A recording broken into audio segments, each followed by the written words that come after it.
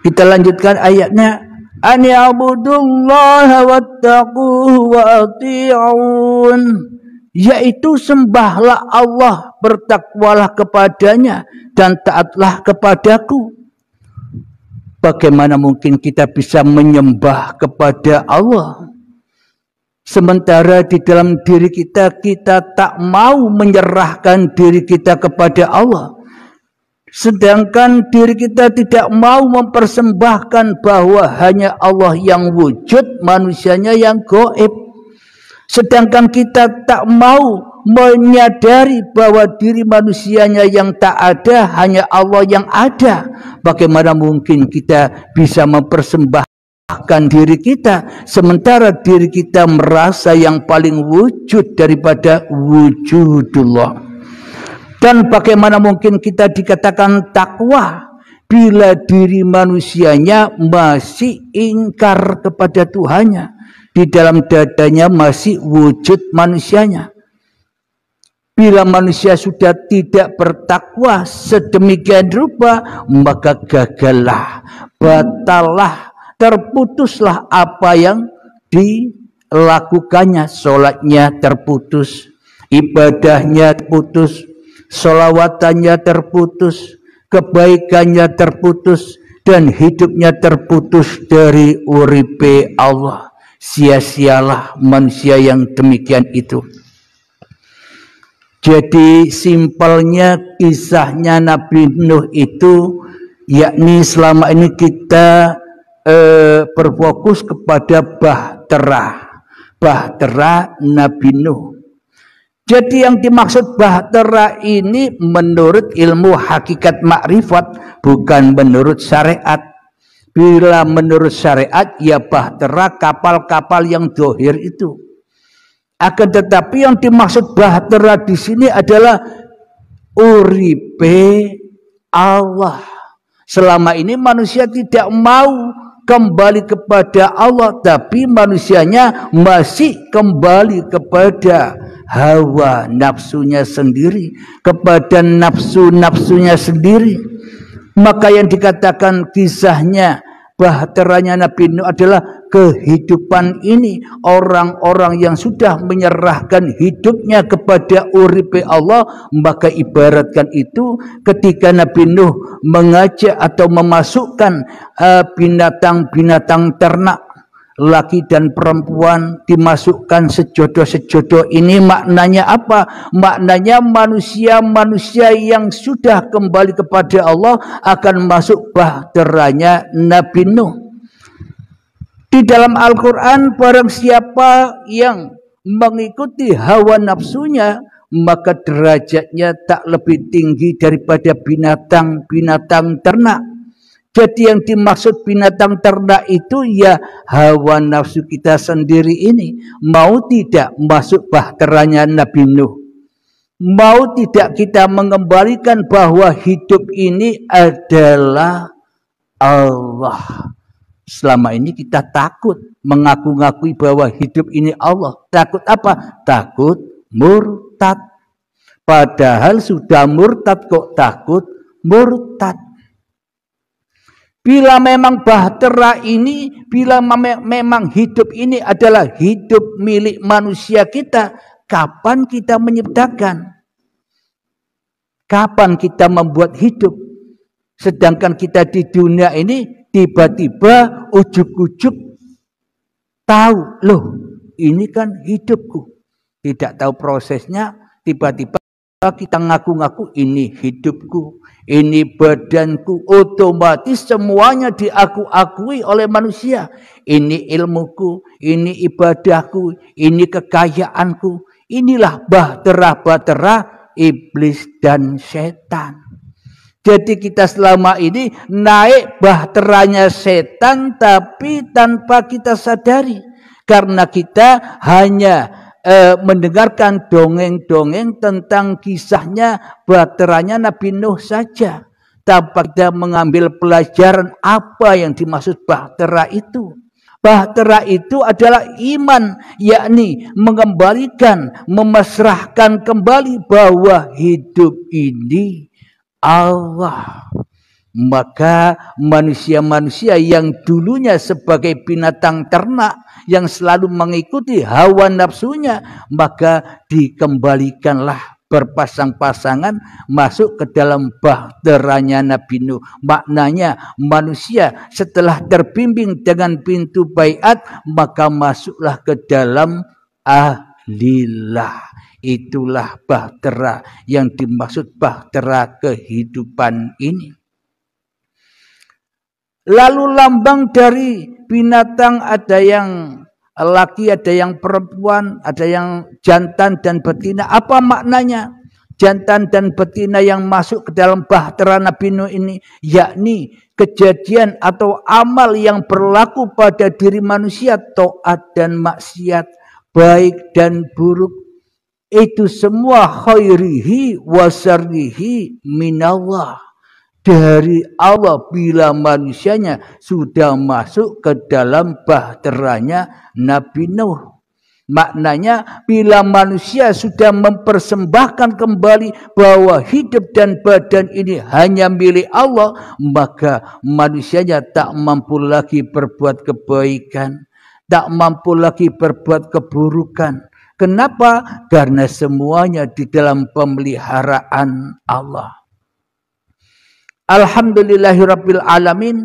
Namun bagi manusia yang salah memahami ilmu ketuhanan ini, maka dijadikanlah ilmu ketuhanan atau ilmu hakikat makrifat ini menjadi kendaraan untuk memuaskan hawa nafsunya sendiri.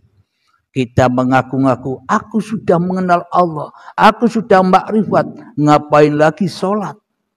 Ngapain lagi ibadah? Inilah orang-orang yang salah memahami. Kenapa? Karena yang merasa makrifat masih manusianya. Akhirnya nokoh-nokoh manusianya dengan rasa-rasa makrifatnya.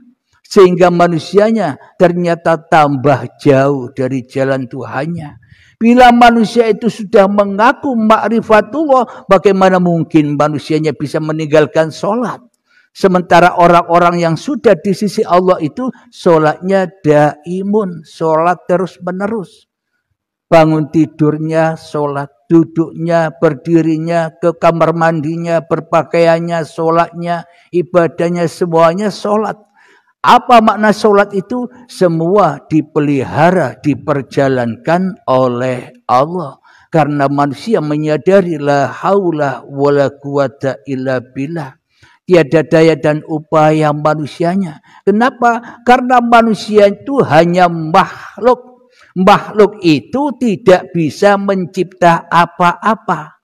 Manusia tidak bisa mencipta duduk. Manusia tak bisa mencipta minum kopi. Manusia tak bisa mencipta merokok. Manusia tak bisa mencipta sholat. Inna sholati wa nusuki wa mahyaya wa mamati lillahi rabbil alamin.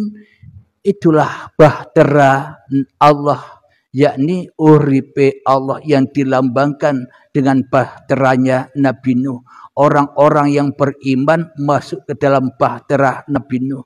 Sedangkan orang-orang yang hanya iman kepada hawa nafsunya, ia mengendarai bahtera iblis dan setan dan tenggelam di dalam banjir bandang yang dikisahkan oleh Nabi Nuh. Yakni tenggelam di mana? Tenggelam di dalam kemanusiaannya. Tenggelam di dalam urusan-urusan dunianya. Panas dan menyakitkan. Alhamdulillahirabbil alamin. Itulah sekelumit tentang kisahnya Nabi Nuh dan bahteranya. Jika kita hanya mendengarkan dongeng-dongeng cerita saja dan kita membayang-bayangkan dulu ceritanya begini, selamanya kita hanya terimajinasi saja, dibohong-bohongi saja oleh dongeng-dongeng itu, kecuali kita mengambil pelajaran dari apa yang dikisahkan di dalam Al-Quran. Ternyata sesungguhnya kisah yang ada di Al-Quran itu ternyata adalah kisah-kisah setiap diri manusia. Jadi yang dimaksud bahtera itu adalah uripe Allah. Bagi manusia yang sudah menyerahkan jiwa raganya, menyerahkan semua urusannya kepada Allah, itulah orang-orang yang masuk bahteranya Nabi Nuh. Alhamdulillahirabbil alamin. Semoga kita semua termasuk saya pribadi senantiasa selalu di dalam lindungan Allah Subhanahu wa taala. Amin ya rabbal alamin. Dan kami akhiri akhir kalam. Assalamualaikum warahmatullahi wabarakatuh.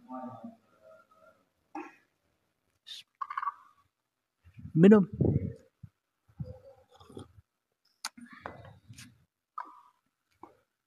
Alhamdulillahirabbil alamin. Saya ucapkan waalaikumsalam warahmatullahi wabarakatuh bagi para sahabat-sahabat yang mengikuti live di room ini. Semoga saya dan semoga kita semua bisa mengambil apa-apa yang sudah dipaparkan di YouTube Uripe Allah. Silakan bagi sahabat yang mau bertanya-tanya, silakan. Silakan disantap, nyantai saja. Silakan, ada yang bertanya. Jadi perintah Allah dan larangan Allah itu tidak banyak. Kalau menurut syariat ada perintah rukun iman, ada perintah rukun Islam dan isi di dalamnya. Akan tetapi secara hakikatnya perintah dan larangan itu hanyalah satu. Apakah itu? La tusyrik billah. Jangan sekutukan Allah dengan dirimu di hatimu. Bila engkau mensekutukan Allah dengan dirimu di hatimu, maka semua apa yang kita kerjakan pasti akan ingkar kepada kekuasaan Allah. Kita takkan pernah bisa kembali kepada Allah meskipun kita melakukan sholat, tapi masih diaku-akui oleh hawa nafsunya. Ibadah diaku-akui oleh hawa nafsunya, maka semua itu hanya sia-sia belaka.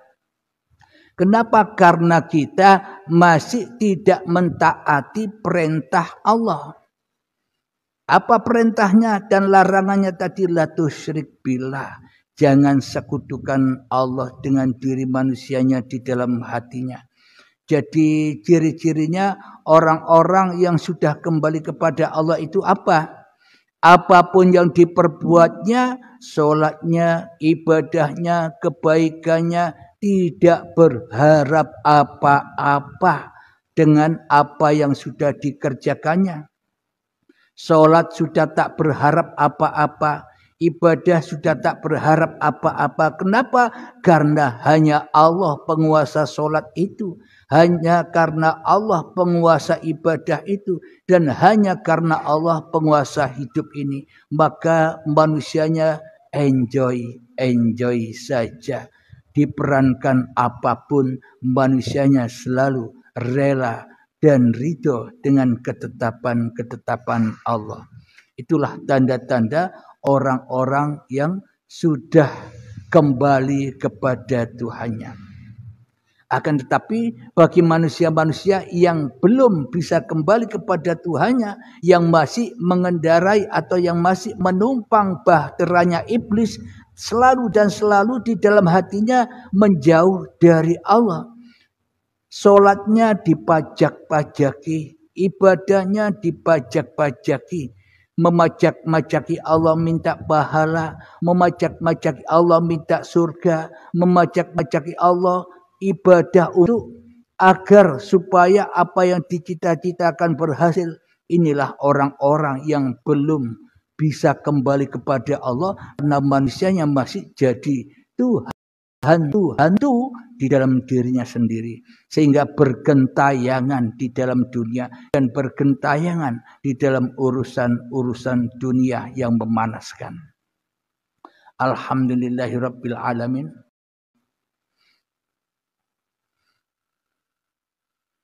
Alhamdulillahirabbil alamin.